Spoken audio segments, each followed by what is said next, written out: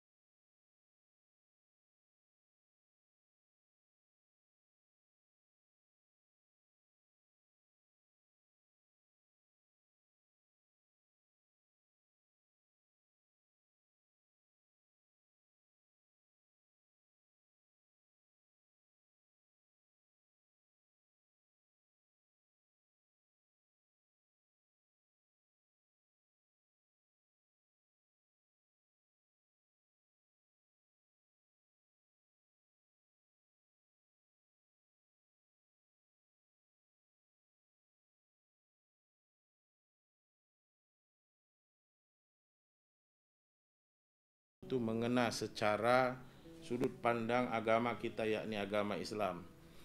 Contoh kasus seperti ini, ketika ditanyakan kenapa Anda atau kenapa kamu kok memilih Islam menjadi agamamu. Ini pertanyaan sebenarnya sangat mendasar sekali.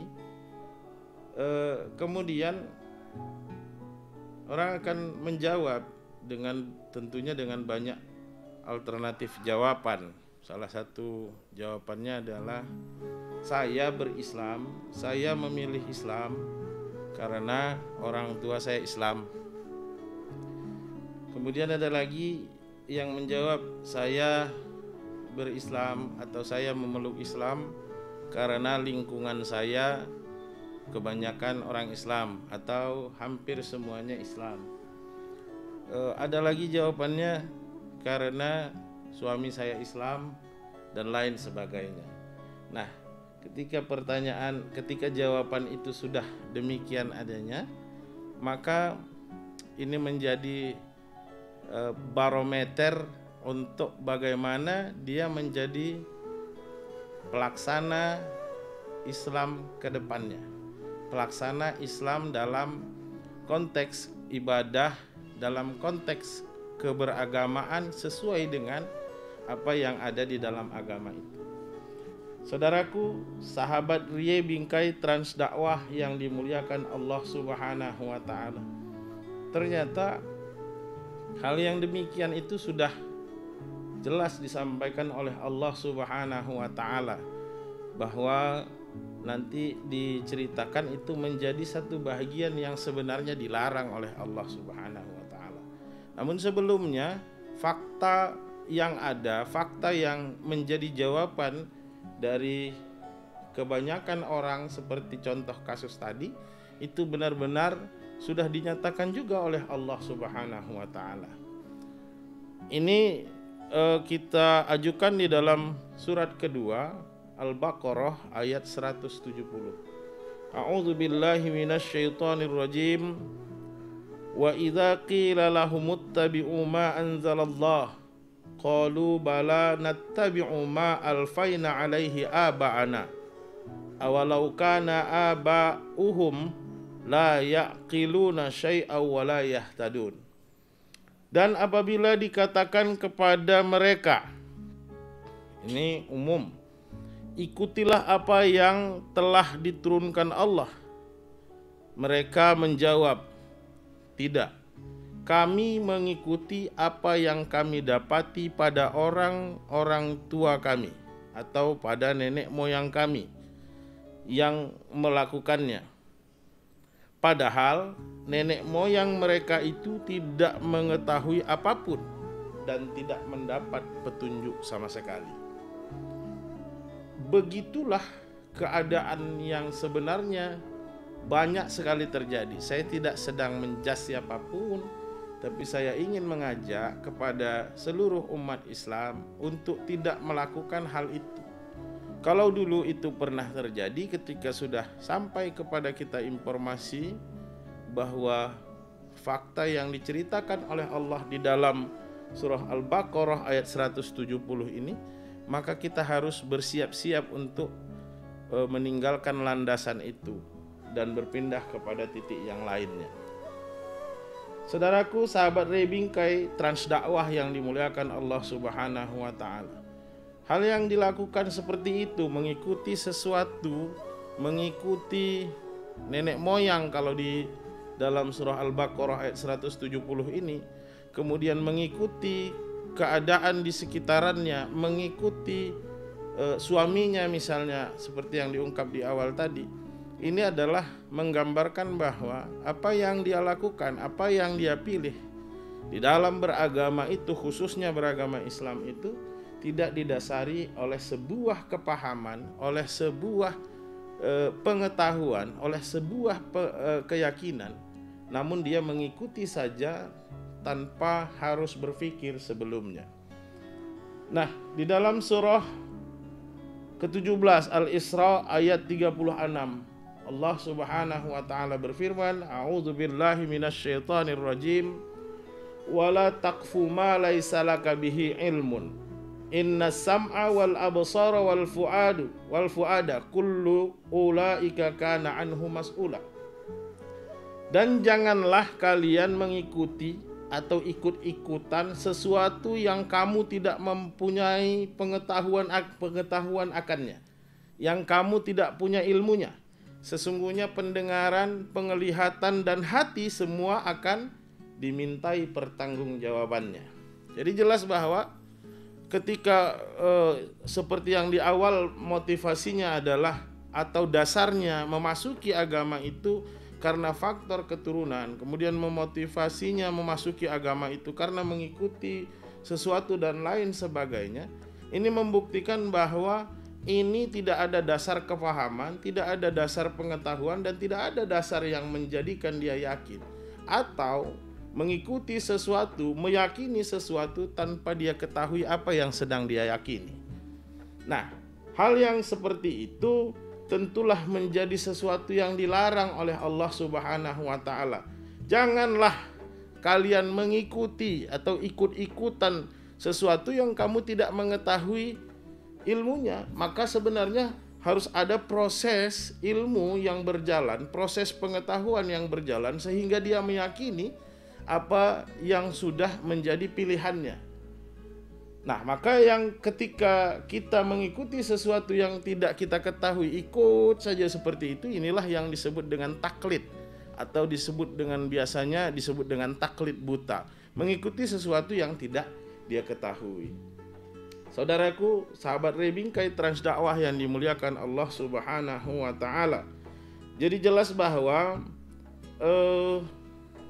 sebenarnya ketika kita mau melihat bagaimana orang memasuki Islam itu, kita akan tahu mereka akan mengucapkan 2 kalimat syahadat sebagai satu bentuk ikrar. asyhadu alla ilaha illallah, tidak ada Tuhan kecuali Allah. Tidak ada yang memerintah kita, tidak ada yang membina kita, membina diri kita dan orang-orang yang berada di dalam Islam itu, ilaha illallah, kecuali Allah Subhanahu wa taala. Jadi dari sisi syahadat yang dia sampaikan adalah mengikis dari adanya perimbangan dari ilah itu, perimbangan dari Allah itu, perimbangan dari Tuhan itu. Maka kalimat pertama yang dia sampaikan adalah asyhadu alla ilaha illallah. Aku bersaksi bahwa tidak ada Tuhan. Maka sudah putus seluruh ikatan-ikatannya dengan mungkin yang setingkat atau yang dia tingkatkan seimbang dengan Tuhannya. Kemudian yang kedua adalah wa asyhadu anna Muhammadar Rasulullah, dan aku bersaksi bahwa Muhammad adalah utusan Allah Subhanahu wa taala. Jadi sebenarnya risalah yang dibawa oleh Nabi Muhammad itu adalah risalah dari Allah Subhanahu wa taala sebagai penyampai kepada seluruh umat manusia. Ketika syahadat pertama kali dia ucapkan, dia sudah menyatakan bahwa dia berikrar tunduk dan patuh memasuki satu wilayah, belum pada tataran pelaksanaannya. Jadi yang pertama harus dilihat bahwa yang dia lakukan adalah berislam dengan cara berikrar. Berikrar melalui syahadatain atau asyhadu alla ilaha illallah wa asyhadu anna Muhammadar Rasulullah. Saudaraku, sahabat Ray Bingkai Trans Dakwah yang dimuliakan Allah Subhanahu wa taala. Maka tahapan pertama ketika memasuki Islam itu adalah tahap berikrar. Kalau dulu di hadapan Rasulullah Sallallahu Alaihi Wasallam bersalaman, kemudian mengucapkan dengan ucapan sumpah itu, berucap dengan komitmen itu, bahwa dia menyatakan tunduk dan patuh terhadap apa yang ada nantinya di dalam dinul Islam itu atau di dalam agama Islam itu. Saudaraku, sahabat Rebingkai Trans Dakwah yang dimuliakan Allah Subhanahu wa taala. Jadi jelasnya bahwa ketika sudah berislam dengan berikrar, mengucapkan dua kalimat syahadat, apakah itu sudah menjadi orang yang beriman? Nah, ini kan pertanyaan juga, pertanyaan lanjutan ketika kenapa harus memilih Islam sebagai agama. Maka di situ dia harus memiliki pengetahuan sebelum dia memasukinya gitu. Nah, bagaimana kalau orang yang tiba-tiba saya mu'alaf? Ya ini kita lihat-lihat bagaimana sebenarnya motivasi dasarnya. Saudaraku, sahabat Rebingkai Trans Dakwah yang dimuliakan Allah Subhanahu wa taala. Jadi ketika ikrar menjadi sebuah alasan untuk selanjutnya menumbuhkan iman, maka bagaimana caranya dia harus menumbuhkan iman itu? Bagaimana caranya dia harus menumbuhkan iman itu? Nah, tentunya bukan hanya sekedar mentok pada ikrar saja. Ini kan banyak juga mau masuk Islam, masuk Islam iya mau masuk Islam. Kemudian mengucap syahadat, iya mengucap syahadat. Setelah itu mentok sampai di situ saja tanpa melanjutkannya pada sisi pemahaman-pemahaman yang sebenarnya itu adalah bagian esensi dan bahagian isi daripada Islam itu sendiri. Saudaraku, sahabat Rebingkai Trans Dakwah yang dimuliakan Allah Subhanahu wa taala. Jadi kemudian Allah menjelaskan di dalam surat Yunus ayat 99, A'udzubillahi minasyaitonir rajim. Walau syaa rabbuka la'amana man fil ardi kulluhum jami'a afa anta tukrihun nasa hatta yakunu mu'minin. Dan jikalau Allah menghendaki kalian, tentulah beriman kalian semuanya. Dan jika Allah mau membuat kita itu beriman semua, selesai, gampang, terlalu mudah bagi Allah Subhanahu wa taala. Kun fayakun. Ya, jadi, maka jadi semuanya beriman. Tapi maka apakah kalian hendak memaksa sampai mereka menjadi beriman? Ini pertanyaannya. Jadi kalau dia Allah sebenarnya gampang, mudah saja, bisa saja membuat kita semua itu beriman. Kulluhum jami'an, semuanya kalian itu beriman. Kalau mau Allah selesai, gampang, terlalu mudah bagi Allah. Tapi itu tidak dilakukan oleh Allah. Nah, maka Ada juga yang seakan-akan menjadi memaksa, atau bukan seakan-akan, memang benar-benar memaksa orang harus masuk ke dalam Islam itu dan menjadi beriman. Nah, ini ditegur oleh Allah. Maka apakah kalian hendak memaksa sampai mereka menjadi beriman? Ini nggak ada hak kita, sedangkan Allah saja memberikan kewenangan dan kebebasan bagi orang-orang yang mau beriman. Saudaraku sahabat Rebingkai Transdakwah yang dimuliakan Allah Subhanahu wa taala. Selanjutnya di ayat 100 Allah nyatakan, "Wa ma kana li nafsin an tu'minu bi idznillah wa yaj'alur rijsa 'alal ladzina la ya'qilun." Dan tidak ada yang beriman kecuali dengan izin Allah, diizinkan oleh Allah, dan Allah menimpakan kemurkaan bagi orang-orang yang imannya itu tidak menggunakan akalnya. Saudaraku, jelasnya bahwa iman tidak hanya sekedar mempercayai sesuatu, tapi ada proses yang berlangsung sampai kepada keyakinan itu. Jadi ketika seseorang sudah berikrar, ikrar adalah sebagai komitmen bahwa dia sudah masuk pada kategori taat.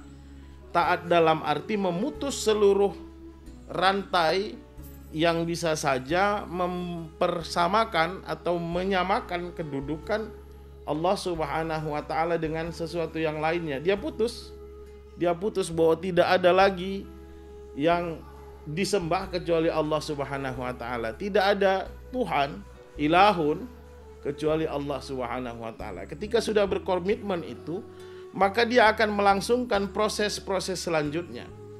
Proses-proses selanjutnya itu adalah upaya untuk mencapai iman. Maka kalau mau mencapai iman, yang digunakan adalah akal sehatnya. Nah, karena jelas bahwa di dalam surat Yunus ayat 100 ini, dan tidak ada yang beriman kecuali dengan izin Allah. Dan Allah menimpakan kemurkaan bagi orang-orang yang imannya itu tidak menggunakan akalnya. Maka dalam proses mencari tahu, dalam proses kepahaman, kemudian nanti akhirnya dengan pengetahuan dan kepahaman itu pasti akan melahirkan kepercayaan atau keyakinan. Jadi bahwa ketika mau beriman, maka proses yang harus dilalui adalah proses mengetahui, proses memahami, proses yang akan menghantarkan kepada iman itu dengan menggunakan alat yang menjadi perangkat manusia yang disebut dengan akal atau akal sehat. Saudaraku sahabat Rebingkai Transdakwah yang dimuliakan Allah Subhanahu wa taala. Jadi ada 3 poin penting yang harus ditangkap di situ ketika manusia memilih sesuatu itu, catatannya adalah jangan ikut-ikutan. Jadi mau memilih Islam, jangan ikut-ikutan. Bukan karena A, B, C dan yang lain sebagainya, tapi ada tanggapan penilaian dari yang dilihat itu. Maka poin keduanya adalah harus paham tentang apa yang diyakini. Jadi kalau dia sudah mulai masuk kepada taraf meyakini itu, maka dia harus mengetahui, maka wajib baginya untuk tahu atau paham terhadap apa yang dia yakini. Yang ketiga, tidak boleh ada paksaan. Tidak boleh ada paksaan. Masuk saja kalau memang sudah yakin bahwa itu masuk. Jadi nggak ada yang boleh memaksakan kau harus masuk Islam, kau harus begini-begini, nggak ada yang boleh memaksakan itu. Kenapa? Karena Allah di dalam surah Al-Baqarah ayat 256 menyatakan la ikraha fiddin qad tabayyana rusdu minal ghayy. Tidak ada paksaan di dalam agama itu, tidak ada. Qad tabayyana rusdu minal ghayy. Benar-benar telah terbuka, telah terang bagi mereka, tabayyana rusdu, telah terang bagi mereka mana yang kebenaran dan mana yang sesat. Jadi jelasnya bahwa dua hal yang bertolak belakang yang ditunjukkan oleh Allah Subhanahu wa taala, yang bisa kita lihat, yang bisa kita analisa itu jelas jelas sekali. Maka tapi tidak boleh ada paksaan. Melaksanakannya harus dengan keikhlasan sendiri. Saudaraku, sahabat Rebingkai Transdakwah yang dimuliakan Allah Subhanahu wa taala. Maka fase kedua setelah fase ikrar adalah iman. Iman di sini adalah ketika kita melihat dua bahagian. Yang pertama adalah disebut iman sami'na, yang kedua adalah ata'na, atau iman sebagai sebuah pandangan hidup dan sikap hidup. Dua bagian ya. Iman sebagai pandangan, iman sebagai sikap.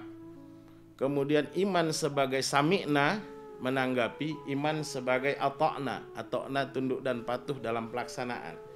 Jadi yang dimaksud di sini adalah ketika selesai berikrar, kemudian melakukan proses pemahaman, penggalian, pengkajian sehingga menjadi tahu, dan tahu pada akhirnya melahirkan keyakinan. Yakin di titik ini adalah iman. Namun pada posisi iman, dia pada posisi pandangan atau pandangan hasil tanggapan terhadap pandangan. Jadi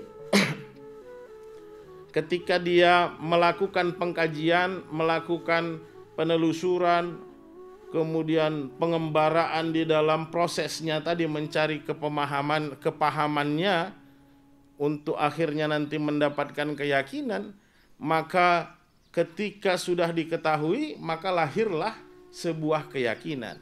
Sebuah keyakinan itu sifatnya masih internal, masih ke dalam diri kita. Kenapa? Karena keyakinan itu masih bersarang di hati. Kalaupun dia keluar dari sebuah keyakinan itu, pastilah masih dalam bentuk ucapan. Jadi sifatnya masih internal. Nah, maka proses setelah ikrar adalah fasenya fase beriman. Dimaksud beriman di situ adalah beriman secara sami'na. Sami'na itu artinya mendengar atau menanggapi. Kemudian dia masih dalam bentuk tanggapan terhadap penilaian sesuatu yang sedang dia nilai untuk dia yakini. Saudaraku, sahabat Rebingkai Transdakwah yang dimuliakan Allah Subhanahu wa taala.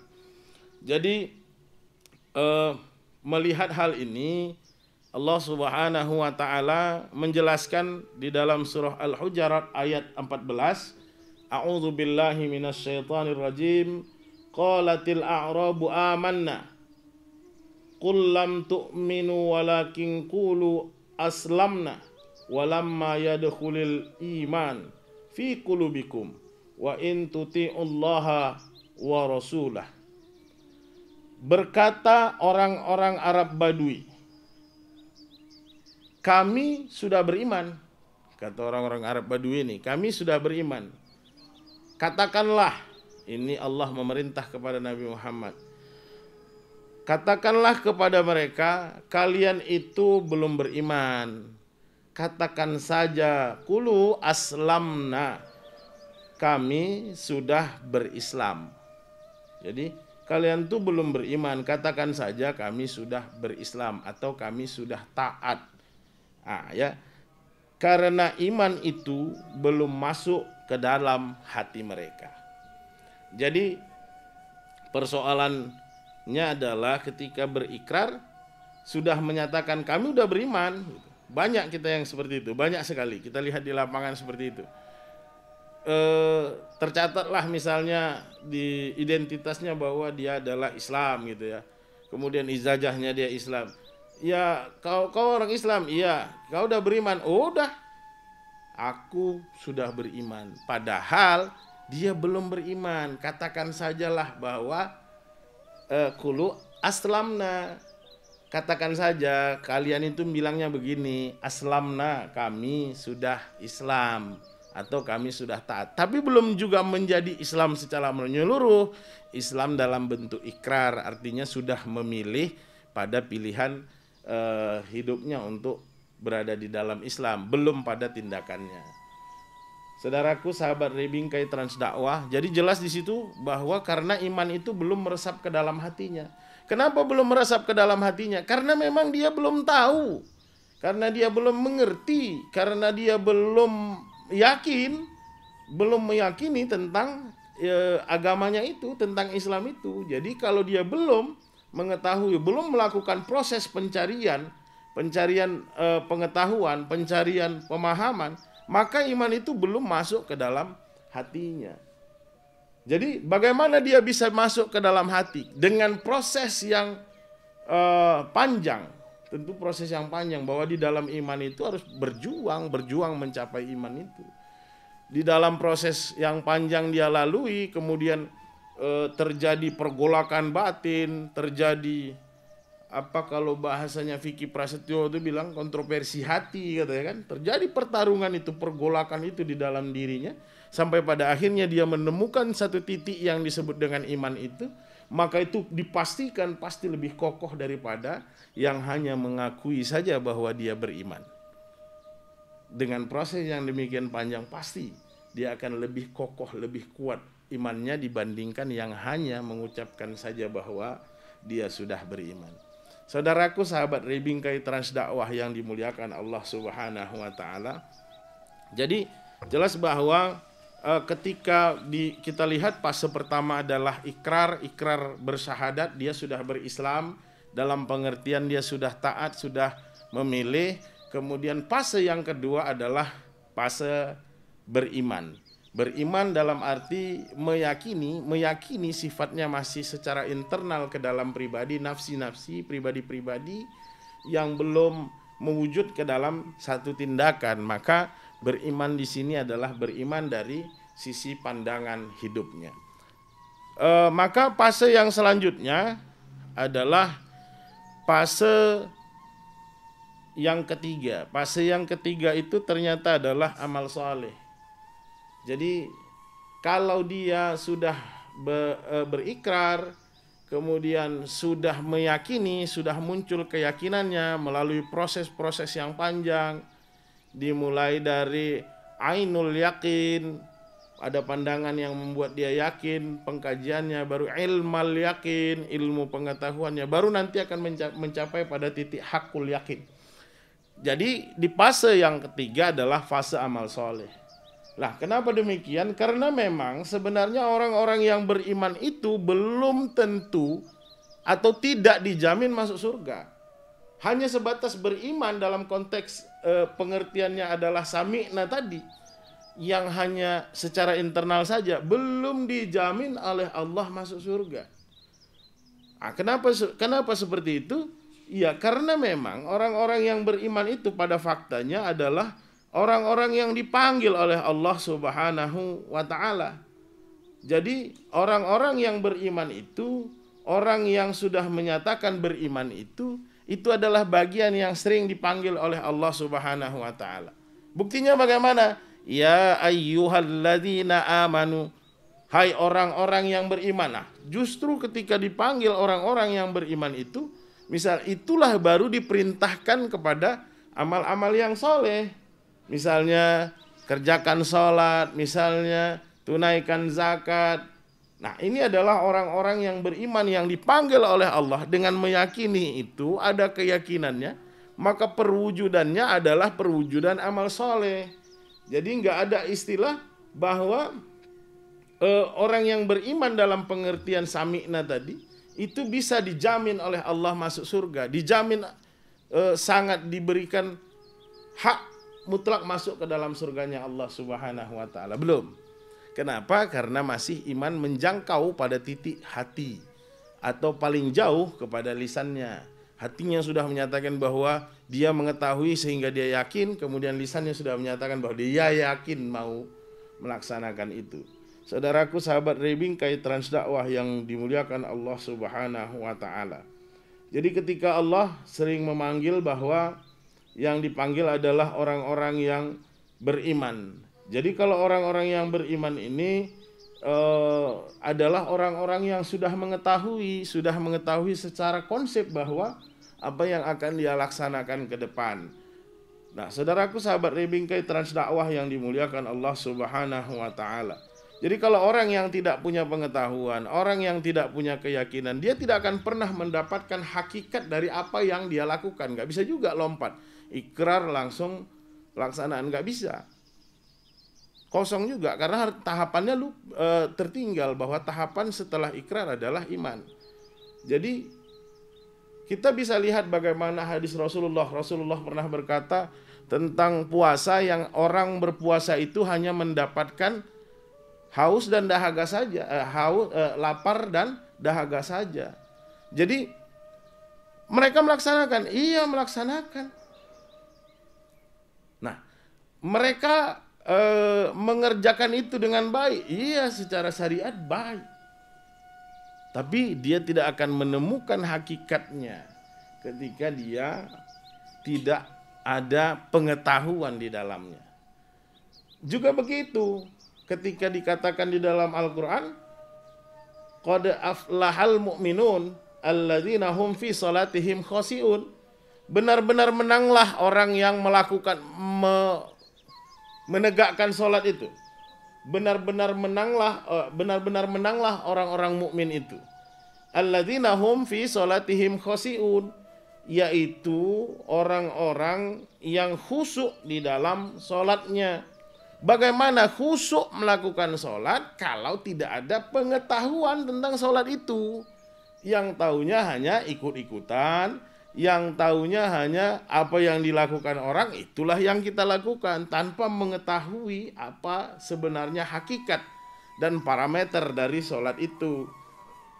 Saudaraku, sahabat Rai Bingkai Trans Dakwah yang dimuliakan Allah Subhanahu wa Ta'ala. Lah, sedangkan di dalam Surah Al-Ma'un itu aja dijelaskan bahwa orang-orang yang sholat itu celaka. Wah, kenapa bisa pula jadinya orang yang sholat itu celaka? Jelas. Fawailul lil musallin alladzina hum an sholatihim sahun. Celakalah orang-orang yang sholat. Musallin itu orang-orang yang sholat.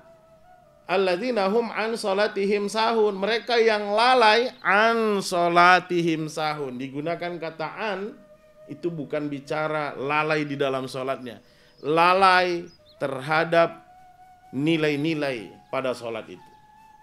Jadi parameter dari sholat adalah tanha anil fahsya'i wal munkar, mencegah perbuatan keji dan mungkar. Bagaimana bisa sholat yang tidak kita ketahui, sholat yang tidak kita dapatkan nilai-nilai di dalamnya, itu mencegah perbuatan keji dan mungkar? Maka sama halnya dengan yang diceritakan oleh Rasulullah Sallallahu Alaihi Wasallam ketika orang berpuasa yang didapatkannya hanya lapar dan dahaganya saja. Selesai dari sisi pelaksanaannya, tapi tidak mendapatkan hakikatnya karena hilangnya makna iman di dalam pelaksanaan itu. Jadi jelasnya bahwa sama dengan ketika sholat tadi lalai terhadap nilai-nilai sholatnya, maka sama dengan pelaksanaan sholatnya dilakukan hanya terjebak pada sisi ritual-ritual belaka. Ini yang banyak sekali terjadi, kita lihat. Taat sih beragama, taat. Oh, rajin sholat, ya. Jadi ada yang dia memang sami'na wa ata'na, tahu kemudian taat. Ada sami'na asaina, tahu tapi menolak, tidak mau taat. Ada nanti la sami'na ata'na, tidak tahu tapi taat. Jadi ada lagi la sami'na la ata'na, ini gawat ini. Tidak tahu, tidak mau pula taat. Asik lumayan lah yang bisa taat, tapi masih perlu penambahan untuk bisa mencapai kepada titik yang sebenarnya. Saudaraku, sahabat Rebingkai Trans Dakwah yang dimuliakan Allah Subhanahu wa Ta'ala, jadi jelas bahwa yang namanya amal, yang namanya iman itu tidak bisa dipisahkan dengan amal soleh. Kenapa? Karena apa yang dilakukan dari amal soleh adalah sesuatu keyakinan yang ada di dalam diri itu yang belum berwujud, maka diwujudkan ke dalam amal soleh. Jadi amal-amal soleh yang dilakukan itu adalah hasil dari sebuah keyakinan. Keyakinan itu adalah hasil dari sebuah pemahaman. Pemahaman itu dimulai pada dasar ikrar yang kita sampaikan.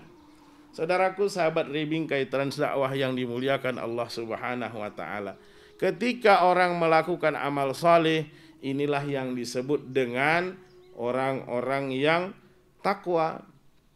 Jadi perilaku amal soleh itu disebut dengan takwa. Perilaku amal soleh disebut dengan takwa, dan amal soleh atau takwa itu ini juga dalam bentuk iman yang disebut dengan iman ata'na. Nah, jadi bahwa ketika semua secara hakikat kita bisa mengerti apa sebenarnya kandungan di dalam sebuah ibadah yang kita lakukan, maka kita akan melangsungkan amal soleh sebagai wujud nyata dari apa yang sudah kita yakini itu. Dan orang-orang yang demikian yang melakukan, yang beriman dan beramal soleh itu disebut dengan takwa. Dan orang yang takwa itu dijamin oleh Allah Subhanahu wa taala untuk mendapatkan surganya. Seperti yang diterangkan oleh Allah di dalam surah Ali Imran ayat 102, A'udzu billahi minasyaitonir rajim. Ya ayyuhalladzina amanu taqullaha haqqa tuqatih wa la tamutunna illa wa antum muslimun. Hai orang-orang yang beriman, bertakwalah kepada Allah dengan perjuangan yang sungguh-sungguh, dengan sebenar-benarnya takwa. Sebenar-benarnya takwa itu adalah perjuangan untuk mencapai kepada ketakwaan itu. Dan janganlah kamu mati, ini kunci.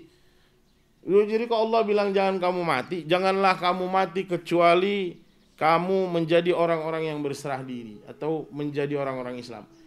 Kok di situ Allah melarang kita mati sementara Dia yang sudah membuat atau merancang kematian itu bagi manusia?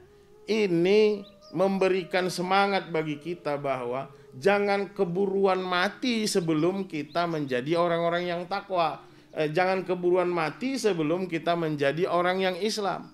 Tentunya di sini di dalam kata muslimun itu adalah berbicara tentang Islam secara keseluruhan. Bukan Islam pada ikrar tadi, tapi sudah menjadi Islam secara keseluruhan. Jadi kalau mau ditarik dia jalurnya adalah bahwa yang dari awal itu sampai ke ujungnya itulah disebut dengan Islam. Di dalamnya ada dua fase. Yang pertama adalah fase iman yang disebut dengan sami'na, dan yang kedua adalah fasenya yang disebut dengan fase ata'na. Saudaraku sahabat Rebingkai Transdakwah yang dimuliakan Allah Subhanahu wa taala.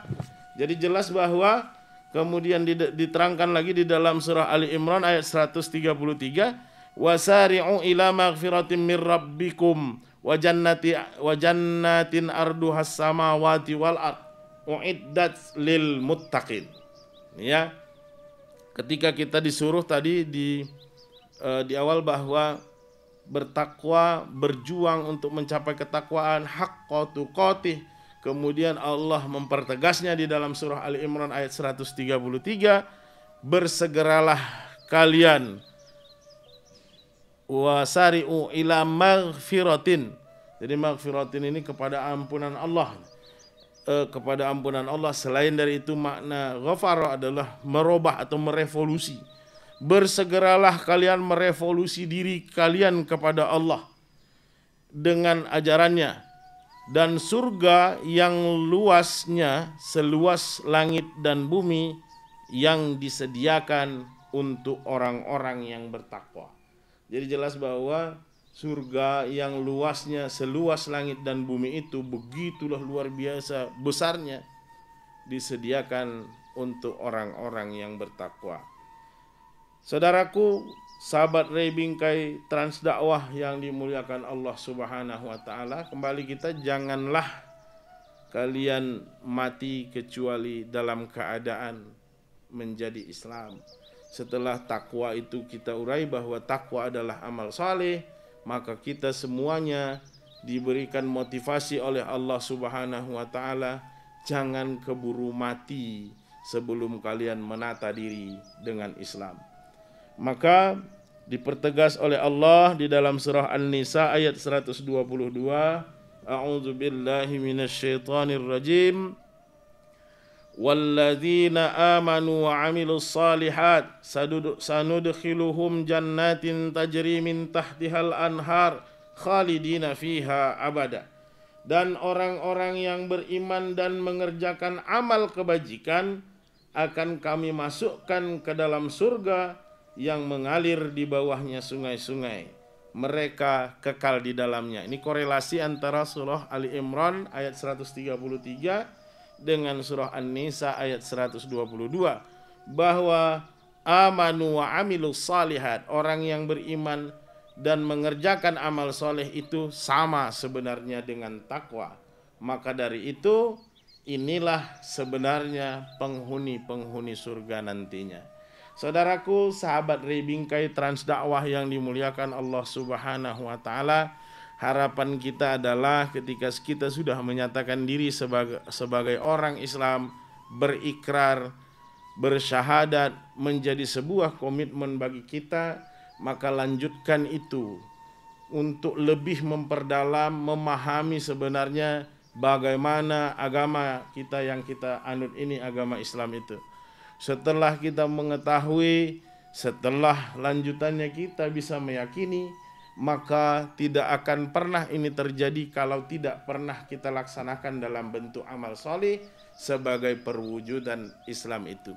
Islam itu tidak lain adalah tunduk dan patuh. Bahwa Islam sangat melarang tentang perbudakan, maka tidak ada istilah orang yang dipaksa, karena ketika dipaksa maka dia menjadi bagian dari sistem perbudakan. Demikian hati kita, demikian keyakinan kita, tidak ada boleh yang memaksakan itu. Nah, ketika kita dengan kesadaran kita, dengan keyakinan kita, dengan pengetahuan kita melakukan amal saleh itu, kemudian kita tunduk dan patuh terhadap segala aturan dan isi yang berada di dalam Islam itu, maka itulah pengabdian, itulah kemerdekaan kita, bahwa kita tidak dalam keadaan terpaksa melaksanakannya, tapi atas dasar ilmu dan kesadaran serta ketaatan kita kepada Allah Subhanahu wa taala. Jadi jelas bahwa sebenarnya ketika kita mengabdi kepada Allah Subhanahu wa taala itu juga bukan menjadi paksaan, tapi menjadi dasar kesadaran kita sebagai umat yang telah mutlak mengetahui di dalam Islam itu seperti apa dan melaksanakannya di dalam kehidupan sehari-hari. Itulah pengabdian. Wa ma khalaqtul jinna wal ins illa liya'budun. Jadi sebenarnya manusia diciptakan oleh Allah, termasuk jin di dalamnya, adalah untuk mengabdikan dirinya kepada Allah Subhanahu wa taala. Mudah-mudahan ini bermanfaat bagi kita semua. Mudah-mudahan ini bisa memicu dan memacu semangat kita untuk sama-sama berlomba menggali lebih dalam bagaimana Islam itu sesungguhnya, sehingga melahirkan sebuah keyakinan dan pada akhirnya menghantarkan kita kepada ketakwaan, yang takwa itu sudah dipastikan menempati surganya Allah Subhanahu wa taala yang sangat indah, yang luasnya seluas langit dan bumi. Kepada Allah saya mohon ampun, kepada kawan-kawan, kepada senior dan seluruh umat saya mohon maaf apabila terdapat kekurangan dan kesalahan. Lebih dan kurang kami mohon maaf.